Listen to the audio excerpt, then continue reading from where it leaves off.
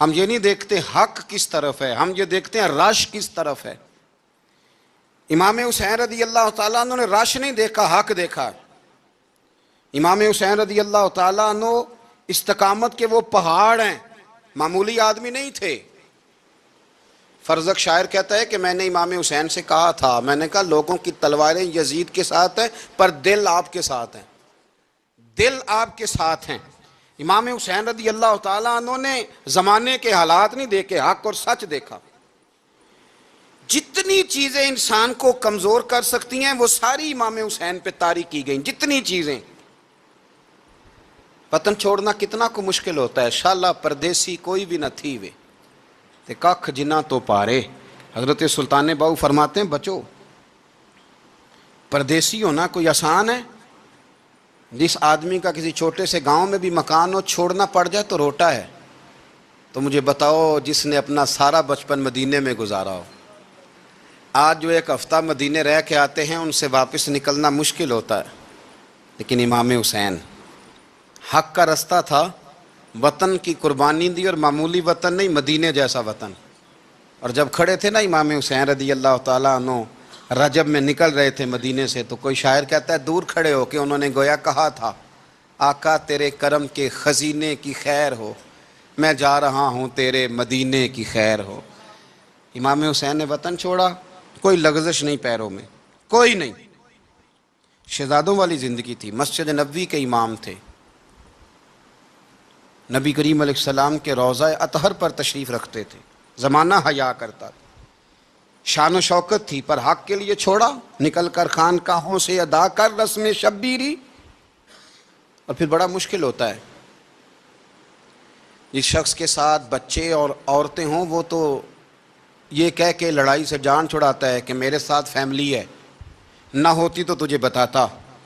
پر امام حسین کو اولاد بھی کمزور نہیں کر سکی، عورتوں کا ساتھ ہونا کمزور نہیں کر سکا۔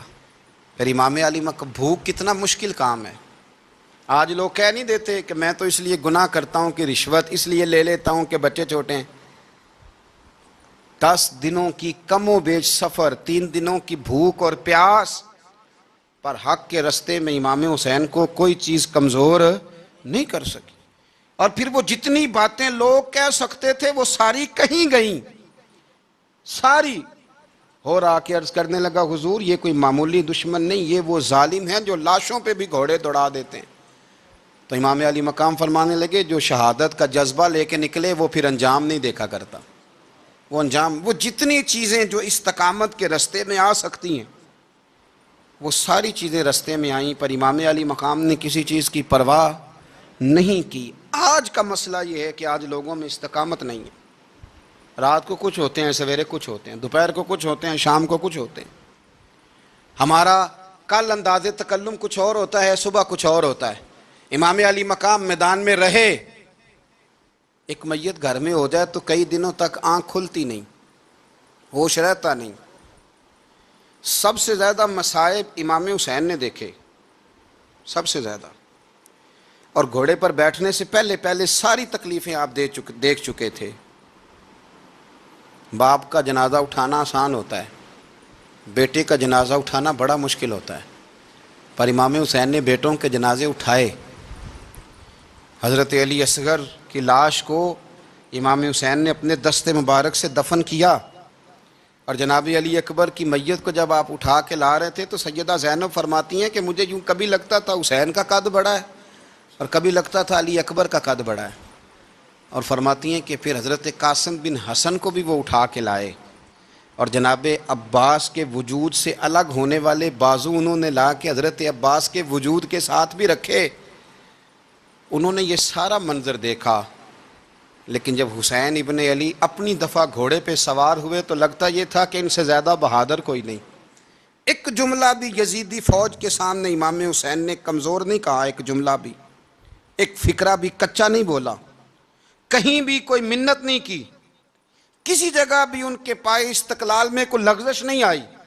جب لوگوں کو پتہ چل جائے کہ اب سامنے موت ہی موت ہے، سوائے اس کے چارہ کچھ بھی نہیں، تو بہت سا جو رخصت اور اجازت تو دین بھی دیتا ہے، پر امام حسین کسی جگہ کسی رخصت پر عمل کرتے نظر نہیں آتے۔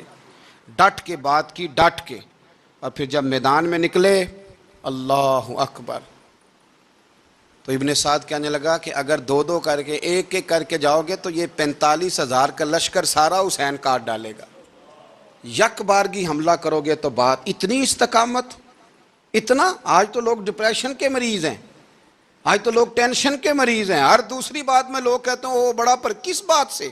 مطلب کیا آپ نے زندگی میں صرف جاب نہیں مل رہی، صرف بیماری آ گئی، صرف خرچہ نہیں گھر میں بڑا کس بات کا ڈپریشن؟ امام حسین کی زندگی بتلاتی ہے کہ وہ لوگ بھی کوئی دنیا میں کمال حاصل کر سکتے ہیں جو چھوٹی چھوٹی بات پہ روتے ہیں۔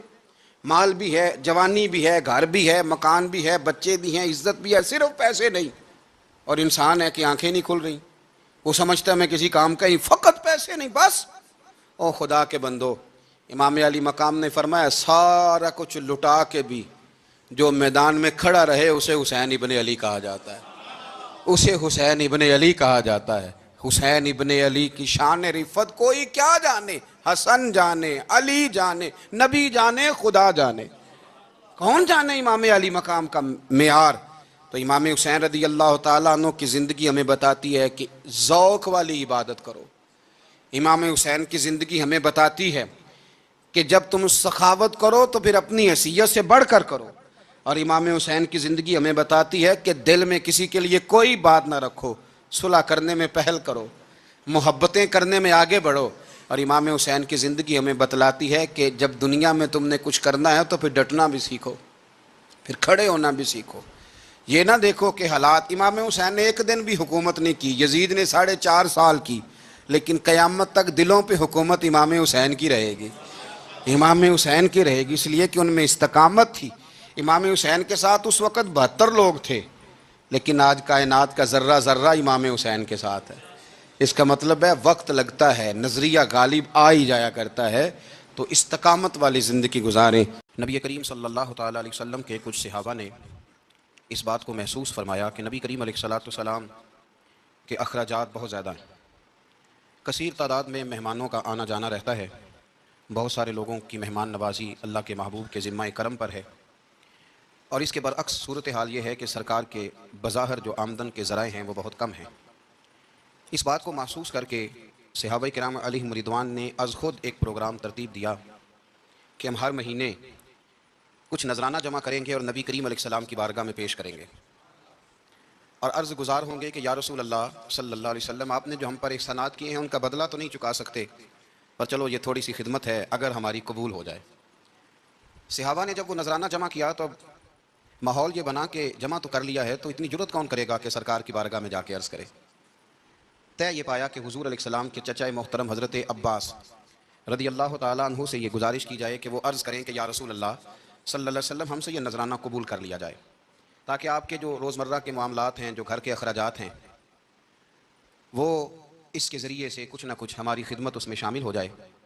حبیب لبیب سید عالم صلی اللہ علیہ وسلم کی عالی مرتبت خدمت میں حضرت عباس نے جب وہ نذرانہ پیش کیا اور صحابہ کرام علیہم رضوان کی اس خواہش کا اظہار کیا، اور بڑے درد مندانہ انداز میں عرض کیا کہ یا رسول اللہ، آپ کا وہ کاشانہ نور ہے کہ جو بھی آتا ہے وہ جھولی بھر کے ہی جاتا ہے، ہر ایک کو ملتا ہے، لیکن یا رسول اللہ ظاہراً کوئی ذرائع ہمیں نظر نہیں آتے، دل کرتا ہے کہ ہم خالصتاً آپ کی کچھ خدمت کر سکیں۔ تو حضور کچھ جواب دینے ہی والے تھے کہ اللہ تعالیٰ نے قرآن مجید نازل فرما دیا، کہا محبوب کل ان سے فرما دیجئے لا اسألکم علیہ اجرا، گویا طائف میں پتھر کھانے سے لے کر احد میں دانت شہید کرانے تک میں نے تمہارے لیے بڑا کچھ کیا ہے، پر میں تم سے کوئی اجر نہیں مانگتا، میں نے تمہارے لیے بڑا کچھ سہا ہے، پر میں تم سے کوئی سوال نہیں کرتا، ہاں اگر کچھ کرنا ہے نا تو الا المودۃ فی القربى، میرے جو قریبی ہیں نا ان سے پیار کرتے رہنا، ان سے پیار کرنا۔ یا رسول اللہ وہ کون ہے؟ تو نبی پاک نے فرمایا علی، فاطمہ اور ان دونوں کی اولاد، ان سے پیار کرتے رہنا۔ لا اسألکم علیہ اجرا، میں تم سے کوئی اجر نہیں مانگتا، پر یہ جو میرے قریبی ہیں نا، اصلاں نال جو نیکی کریے اور نسلاں تاک نہیں پول دے، تے بے اصلاں نال نیکی کریے تے پھول کنڈیاں نال تول دے، ان سے پیار کرنا۔ میرے رسول کریم علیہ السلام نے نا اپنی اہل بیت کو ہمارے لیے نمونہ بنا کے چھوڑا ہے، ان کی محبت ضروریات دین کا حصہ ہے۔ ایک شخص بالغ ہونے سے لے کر انتقال تک کوئی نماز قضا نہ کرے، ہر سال زکوٰۃ دے اور ہر سال حج کرے، حقوق العباد کا ایک ذرہ بھی ضائع نہ کرے، لیکن مر جائے اہل بیت کے بغض پر، تو جنت میں نہیں جائے گا، وہ جہنم میں جائے گا. اس کی کوئی نماز، اس کی کوئی زکوٰۃ، اس کا کوئی حج اللہ کی بارگاہ میں قبول نہیں. لیکن کمزوریاں رہ جائیں، کوشش کرتا رہے، کمزوریاں رہ جائیں، پر حسنین کریمین سے پیار کرتا جائے، ان کی ماں سے، ان کے والد سے محبت کرتا جائے. تو میرے محبوب نے فرمایا مم مات علی حب آل محمد مات شہیدہ، جو آل محمد کی محبت میں دنیا سے گیا وہ سادہ نہیں گیا، وہ تو شہادت کی موت مرا ہے، تو شہید ہو کے دنیا سے گیا. اہل بیت اوصبۂ نور، ان کی محبت ضروریات میں سے ہے. رسول کریم علیہ السلام نے فرمایا، جامع ترمذی میں موجود ہے، فرمایا میں جا رہا ہوں پر تمہیں دو بڑی بھاری بڑی وزنی چیزیں دے کے جا رہا ہوں. صحیح ستہ کی روایت، دو وزنی چیزیں تمہارے بیچ چھوڑ کے جا رہا ہوں، اگر ان کو تھام کے رہو گے تو کبھی گمراہی تمہارے پاس نہیں آئے گی. یا رسول اللہ وہ کون کون سی؟ فرمایا ایک اللہ کی کتاب دے کے جا رہا ہوں اور دوسرا اپنا خاندان دے کے جا رہا ہوں. اگر اہل بیت نبوت کو تھامے رہو گے، ہمارے بزرگوں نے لکھا ہے کہ یہ جو حضور نے کتاب اللہ اور پھر اپنی اہل بیت کا تذکرہ فرمایا، تو اس کا مطلب یہ ہے کہ تھیوری دیکھنی ہوئی تو قرآن دیکھنا، اور پریکٹیکل دیکھنا ہوا تو علی اور فاطمہ کو دیکھنا، حسن اور حسین کو دیکھنا، ان کو دیکھنا. نبی کریم علیہ الصلوۃ والسلام کے اہل بیت منارہ نور ہیں. ان کی محبت، ان کا پیار کیوں بھلا؟ اس لیے کہ یہ وہ خوبصورت لوگ ہیں جن کو خود میرے نبی پاک نے تراشا ہے. ان کی سیرت میں جتنے رنگ ہیں وہ رسول کریم نے خود بھرے ہیں. ان کی ایک ایک بات کا خیال نبی پاک نے رکھا ہے. حضور نے از خود انہیں اپنی صحبت عطا کی ہے. زیادہ دور نہیں تھا سیدہ فاطمہ کا گھر، مسجد نبوی کے ساتھ تھا. اللہ کے رسول دن میں 2 دفعہ جایا کرتے تھے. پھر بھی کبھی کبھی فرماتے فاطمہ میرا دل کرتا ہے آج میں رات تیرے گھر میں قیام کروں. تو سیدہ فاطمہ الزہرا فرماتی ہیں کہ آمینہ کے لال اس طرح بھی میرے گھر میں قیام کرتے تھے کہ حضور چارپائی پہ لیٹتے تھے تو ایک کندھے پہ امام حسن کا سر ہوتا تھا اور دوسرے پہ امام حسین کا سر اقدس ہوتا تھا. اور فرماتی ہیں رات کو کبھی حسنین کریمین دودھ مانگتے تو میں اٹھتی دودھ دینے کے لیے، تو حضور فرماتے لیٹ جاؤ آج میرے ساتھ سوئے ہیں تو دودھ بھی میں ہی پلاؤں گا. تو محبوب اٹھتے ان کے لیے دودھ لاتے برتن سے نکال کے. حضور نے انہیں وقت دیا اور پھر ان کی چھوٹی چھوٹی چیزوں کا خیال رکھا. صحیح بخاری میں موجود ہے. تربیت پر توجہ دی. امام حسین تشریف لائے، ابھی عمر مبارک 7 سال کے قریب تھی. مسجد نبوی میں صدقے کی کھجوروں کا ڈھیر لگا ہوا تھا. چھوٹا بچہ جو ہوتا ہے نابالغ، اس پر شریعت کے احکامات نہیں آتے. صدقے کی کھجوروں کا ڈھیر تھا مسجد نبوی میں. یہ تربیت ہے، یہ ٹریننگ ہے جو اللہ کے محبوب نے خود انہیں عطا فرمائی. صدقے کی کھجوروں کا ڈھیر تھا. امام حسین حضور کے ساتھ آئے تو امام علی مقام نے نا ایک کھجور اٹھا کے منہ میں رکھ لی. شارحین نے لکھا ہے لگتا یہ ہے کہ کئی دنوں کی بھوک تھی، کیونکہ یہ فاقہ اہل بیت کا بڑا محبوب ہے. مجبور نہیں تھے، وہ تو خزانوں کے مالک تھے، پر غریبوں سے محبت کی وجہ سے فاقے کیا کرتے تھے. یہ ان کی پسند ہے فاقہ کرنا. لیکن کھجور امام علی مقام نے رکھ لی تو اللہ کے رسول نے گلے میں انگلی ڈال کے نکال دی اور فرمایا حسین یہ صدقہ ہے، یہ میری اہل بیت کے لیے درست نہیں ہے. حضور نے خود تربیت کی. اور پھر سیدہ فاطمہ الزہرا نے نا اپنے بچوں کو تراشا، ان پر محنت کی. میں اکثر گزارش کرتا ہوں دوستوں سے، میں کہتا ہوں کربلا کا واقعہ کوئی حادثاتی نہیں ہے، اس کے پیچھے پوری ایک لاجک ہے، اس کے پیچھے پورا ایک فلسفہ ہے. ایسے ہی کوئی آدمی 3 دن بھوکا پیاسا رہ سکتا ہے؟ کسی آدمی کو صبح اس نے کھانا کھایا اور شام تک کھانا نہ ملے تو ٹانگیں کانپتی ہیں. رمضان المبارک میں عبادت کی نیت سے روزہ رکھنے والے بھی شام کو بڑے پریشان ہو جاتے ہیں. اور مسلسل 3 دن کھانا نہ کھایا جائے اور پانی نہ پیا جائے، اور حال یہ ہے کہ وہی آدمی تلوار لے کے میدان میں نکلے اور اس کی حالت یہ ہو کہ لوگ اس کے آگے دوڑنا شروع کر دیں. ہزاروں کی فوجیں تاب نہ لا سکیں. علی کا گھر بھی وہ گھر ہے کہ جس گھر کا ہر ایک بچہ جسے دیکھو وہی شیر خدا معلوم ہوتا ہے. یہ کوئی آسان ہے؟ اس کے پیچھے پوری ایک اس کے پیچھے فلسفہ ہے. امام راضی کی تفسیر کبیر دیکھیے گا. امام راضی کہتے ہیں کہ سیدہ فاطمہ الزہرا رضی اللہ تعالیٰ عنہ کے دونوں شہزادے حسنین کریمین بیمار ہو گئے تو سیدہ نے منت مانگی کہ بچوں کو شفا ہوگی تو 3 روزے رکھوں گی. شفا ہو گئی، روزے بھی رکھ لیے. اور جب مولا علی شیر خدا روزہ رکھنے کے لیے بیدار ہوئے، سیدہ فاطمہ الزہرا بیدار ہوئی تو امام حسن اور حسین بھی اٹھ گئے. 7-8 سال کی عمر، اماں جی ہم نے بھی رکھنا ہے. صبح کھجور اور دودھ سے روزہ رکھ لیا گیا. عین افطاری کے وقت مولا علی کہتے ہیں فاقے چل رہے تھے، کہیں سے میں جاؤں لایا تھوڑے سے. سیدہ فاطمہ الزہرا نے پیس کر روٹیاں پکائیں. وہ وقت جو بڑا مشکل ہوتا ہے افطار کا، کہتے ہیں اس وقت جب کھانے کے لیے بالکل ہاتھ آگے بڑھنے لگے اور امید تھی کہ ابھی سیدنا بلال اللہ اکبر کہیں گے تو روزہ کھلے گا، لیکن ابھی چند ہی منٹ رہتے تھے کہ دروازے پر ایک فقیر نے صدا دی. کہنے لگا سارے مدینے کے دروازے کھٹکھٹا آیا ہوں، قحط ہے، فاقہ ہے، اے رسول اللہ کے خاندان والوں میں یتیم ہوں. کسی نے بتایا ہے کہ اور کوئی دروازہ کھلے نہ کھلے سیدہ کا دروازہ تیرے لیے ضرور کھلے گا، کیا یتیم کو روٹی ملے گی؟ تو حضرت مولا علی نے بچوں کی طرف دیکھا ہی تھا کہ امام حسن ساری روٹیاں جا کے دروازے پہ دے آئے. کھجور اور پانی سے افطار ہو گیا. صبح پھر کھجور اور دودھ سے روزہ رکھا. امام راضی کہتے ہیں عین وہ وقت جب افطار کا ٹائم آیا تو پھر دروازے پہ کسی نے صدا دی، کہا رسول اللہ کے خاندان والوں میں مسکین ہوں، رات سے روٹی کھائی ہے، نہ صبح کھا سکا نہ دوپہر. کسی نے بتایا ہے کہ اس دروازے سے خالی کوئی نہیں جاتا. امام حسن نے پھر سارا لنگر اٹھایا اور پھر جا کے دے دیا. تیسرا دن پھر ہوا. مجھے لگتا ہے کہ جب افطار کا ٹائم آیا ہوگا نا تو یہ خود ہی سارے دروازے پہ دیکھتے ہوں گے، یہ کوئی آیا نہیں لینے والا ابھی تک. لگتا ہے کہ نظریں دروازے پہ تھیں. عین افطار کے وقت 3 روٹیاں جب جاؤں کی پک کے آئی تو ایک بھکاری نے صدا دی. کہنے لگا میں قیدی ہوں، آج ہی قید سے رہائی ملی ہے، پہلے دن کسی کے دروازے پہ صدا ملی ہے، دی ہے روٹی ملے گی، امام حسن وہ کھانا دے کے واپس لوٹے، کھجور اور پانی سے افطار ہوا، اور جیسے ہی مسجد نبوی میں تینوں باپ بیٹا نماز پڑھنے گئے تو مولا علی کہتے ہیں مجھے بتانا نہیں پڑا، رسول کریم نے میری طرف دیکھ کے فرمایا علی تیرا، فاطمہ کا، حسن اور حسین کا تینوں دن والا عمل خدا کو بھی بڑا پسند آیا ہے اور محمد مصطفیٰ کو بھی بڑا پسند آیا ہے، وہ بڑا پسندیدہ عمل۔ میں کہتا ہوں کہ حضرت فاطمہ نے نا ان کی تربیت پہلے ہی کر دی تھی، تین دن بغیر افطار کے روزہ رکھنے کی، وہ ٹریننگ گھر سے ہو چکی تھی۔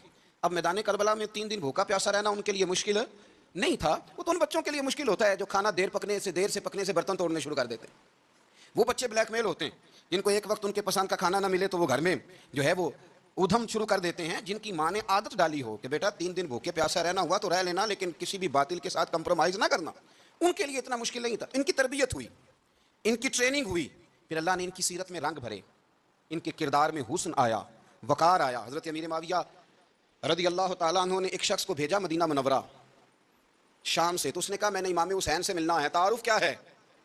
جناب امیر معاویہ فرمانے لگے مسجد نبوی میں جانا جس کے گرد لوگ سب سے زیادہ ادب سے بیٹھے ہوں اور جس کی باتیں سب سے زیادہ میٹھی ہوں اور جس کی نظریں سب سے زیادہ جھکی ہوں اور جس کے چہرے پر تمہیں سب سے زیادہ وقار نظر آئے وہی علی کے بیٹے حسین ہوں گے۔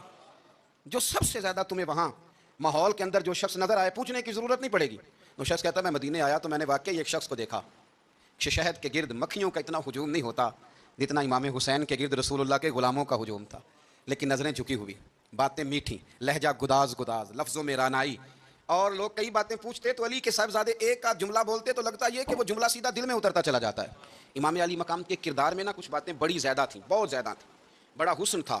ایک بات تو یہ تھی امام حسین رضی اللہ تعالیٰ عنہ کا علم و فضل بڑا کمال کا تھا۔ ایک دفعہ صحابہ میں مسئلہ بن گیا کہ بچہ پیدا ہوتا ہے تو اس کا وظیفہ کیسے لگانا ہے، امام حسین کا علم و فضل بتا رہا ہوں، علم و فضل، تو بات بڑی پیچیدہ ہو گئی۔ حضرت عبداللہ ابن زبیر کے پاس لوگ آئے، کہنے لگے کہ آپ بڑے صاحب علم و فضل ہیں، آپ نے حضور علیہ الصلوۃ والسلام کے ساتھ وقت گزارا ہے، تو مسئلے کو حل کریں کہ بچہ پیدا ہونے کے بعد حکومت اگر وظیفہ لگائے گی تو کب لگائے گی؟ جب بحث طول پکڑ گئی، مسئلہ حل نہیں ہوتا تھا، تو حضرت عبداللہ ابن زبیر کہنے لگے ہم سے نہیں حل ہوگا، ایک بندہ ہے جس کے سینے میں رسول اللہ صلی اللہ تعالیٰ علیہ وسلم کے نور نبوت کا فیضان ہے، وہ یہ مسئلہ حل کریں گے۔ تو کہا وہ کون سے؟ آپ فرمانے لگے جب ہم سے مسائل حل نہیں ہوتے تو ہم ان کے علم سے فائدہ اٹھاتے ہیں۔ کہا کون ہے؟ کہا جناب امام حسین۔ تو لوگ حضرت امام حسین کے پاس گئے کہ حضرت یہ ایک مسئلہ الجھ گیا ہے کہ بچہ پیدا ہو تو وظیفہ کب لگانا ہے؟ فرمایا الجھنے والی بات ہی کوئی نہیں، پیدا ہونے کے بعد جب وہ پہلی دفعہ آواز نکالے تو اس کا وظیفہ لگا دو، اس کا مطلب یہ ہے کہ وہ دنیا میں آ گیا ہے، اس نے اپنے آنے کا اظہار کر دیا ہے، اعلان کر دیا ہے، اب اس کا وظیفہ لگا دو۔ تو اس پر پھر صحابہ کا اتفاق ہو گیا، امام حسین کے علم سے فضل سے لوگ فیض اٹھاتے تھے۔ پھر اس کے ساتھ ساتھ امام حسین کا ذوق عبادت بڑا شاندار تھا، بڑا زبردست ذوق۔ علامہ جوزی نے لکھا ہے وکان الحسین رضی اللہ تعالی عنہ فاضلا کثیر الصوم والصلاۃ والحج والصدقۃ وافعال الخیر جميعا۔ آپ فرماتے ہیں کہ امام حسین زیادہ نمازیں پڑھنے والے تھے، کثرت سے سجدے کرنے والے، کثرت سے روزے رکھنے والے، زیادہ حج کرنے والے، اور امام حسین صدقہ دینے والے اور نیکی کے کاموں میں شدت کرنے والے تھے۔ امام حسین کا جو ذوق عبادت تھا وہ اتنا شاندار تھا کہ آپ فرض نماز کے علاوہ روزانہ 100 رکعت نماز نفل ادا فرمایا کرتے۔ اور امام حسین فرماتے زندگی میں کبھی ایسا نہیں ہوا کہ 3 دن گزر گئے اور حسین کا قرآن پاک ختم نہ ہوا ہو۔ 25 حج کیا امام حسین نے مدینہ منورہ سے مکہ مکرمہ پیدل جا کے، 25 حج۔ اب تو نسبت والے لوگوں کو عبادت کی ضرورت نہیں نا، الا ماشاءاللہ کہتے ہیں نسبت بڑی ہے بھئی، جن کی نسبت اتنی خاص تھی کہ حضور نے فرمایا یہ فاطمہ کے نہیں میرے بیٹے ہیں، ان کا تو حال یہ ہے کہ فرض کے علاوہ 100 نفل، 3 دن سے پہلے ختم قرآن پاک، 25 حج فرمائے، تو کس نسبت کی بات کرتا ہے؟ یہ نسبتیں تو ہیں جو انسان کو عبادت کے قریب کرتی ہیں، لوگوں نے معیار ہی بدل دیا ہے۔ حضرت سیدنا امام حسین کی شہادت کے بعد حضرت عبداللہ ابن زبیر رضی اللہ تعالیٰ عنہ نے قاتلان حسین سے خطاب کیا اور فرمانے لگے اللہ کی قسم تم نے اس شخص کو شہید کیا ہے جو راتوں کو لمبے لمبے قیام کرتا تھا، اور تم نے اس شخص کو شہید کیا ہے جس سے میں دن میں جب بھی ملتا تھا تو وہ روزے سے ہوتا تھا، تم نے اس شخص کو شہید کیا جو قائم اللیل تھا، صائم الدہر تھا، اس شخص کو تم نے شہید کیا۔ آپ کو پتہ ہے کہ میدان کربلا میں جب 9 محرم کو ابن سعد نے امام حسین سے کہا کہ جنگ کرو اگر یزید کی بیعت نہیں کرنی، تو امام حسین نے فرمایا ایک رات کی مہلت دے دو، ایک رات کی مہلت دے دو۔ حضرت امام زین العابدین کہتے ہیں میں نے اپنے والد گرامی سے عرض کی کہ ابا جی آپ جہاد سے دور جانے والے تو ہیں نہیں، آپ تو جہاد سے پیار کرنے والے ہیں، اور یہ بھی پتہ ہے مجھے کہ یہ جنگ اب ہو کے رہے گی، تو ایک رات کی مہلت لینے کا معنی کیا ہے؟ بھئی کل بھی لڑنا ہے اور رات بھی لڑنا ہے، تو ابا جی ایک رات کی مہلت۔ تو سیدنا امام حسین رضی اللہ تعالیٰ عنہ فرمانے لگے بیٹا رات کی مہلت اس لیے لی ہے کہ میں آج رات کھل کے اپنے رب کی عبادت کر لوں، میں استغفار کر لوں، میں لمبے سجدے کروں۔ اور کہا زین العابدین تو جانتا ہے نا کہ مجھے نماز سے، تلاوت سے، دعا سے اور استغفار سے بڑا پیار ہے، نماز سے مجھے پیار ہے، دعا سے مجھے پیار ہے، استغفار سے مجھے پیار ہے۔ فرمایا بیٹا میں نے اس لیے نہیں کہ میں چاہتا ہوں ایک رات اور دنیا میں رہوں۔ تو امام زین العابدین فرماتے ہیں امام علی مقام نے سجدے پہلے بھی بڑے کیے، پر 9-10 کی درمیانی رات جو ان کے سجدے تھے وہ میں نے کبھی نہیں دیکھے۔